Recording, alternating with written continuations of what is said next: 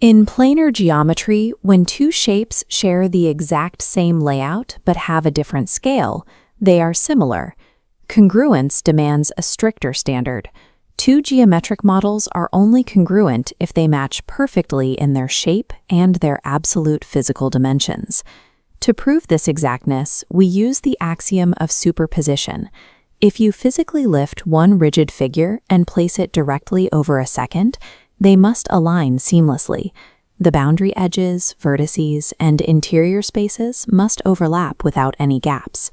When that exact physical match is proven, we use this specific mathematical operator to define the relationship. Similarity notes a proportional relationship. Congruence guarantees exact spatial replication. This chart outlines the basic parameters for specific geometric entities. For simple shapes, proving congruence requires checking only a single metric. Line segments are congruent if their metric lengths are equal, like these two 5-centimeter lines. Angles match if their degree values are identical. Squares require equal side limits, and circles match if their central radii contain identical spans.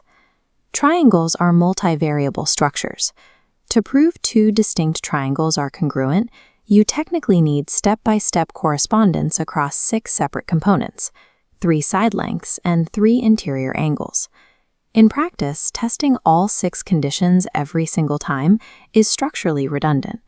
We can bypass exhaustive checking by relying on a set of baseline shorthand tests that guarantee the exact same structural match. This reference sheet details our primary shorthand tests.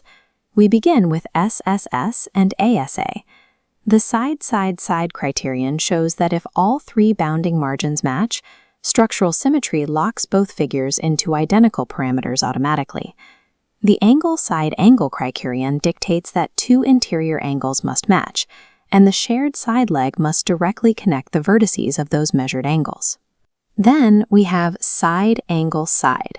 For this to work, the tested angle metric must be tightly trapped directly between the 2 measured equal side legs.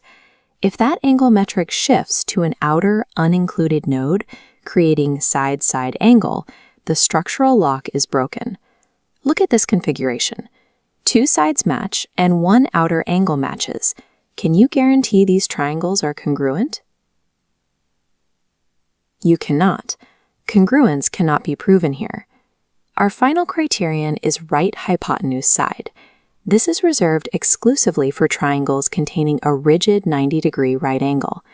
Matching the longest path, the hypotenuse, and any one secondary leg is sufficient to declare perfect congruence. By identifying SSS, ASA, SAS, or RHS, you bypass the 6-part redundancy and prove the shapes are exactly the same. Once a shorthand test like SAS establishes congruence, the remaining 3 unmeasured parts are guaranteed to be equal. This rule is governed by the core theorem. Corresponding parts of congruent triangles are congruent. CPCTC is a logical result, not a standalone test. It identifies that once 3 specific components prove congruence, the remaining 3 components are automatically identical. This summary highlights our final framework. Use superposition for simple entities and deploy these 4 primary criteria for triangles.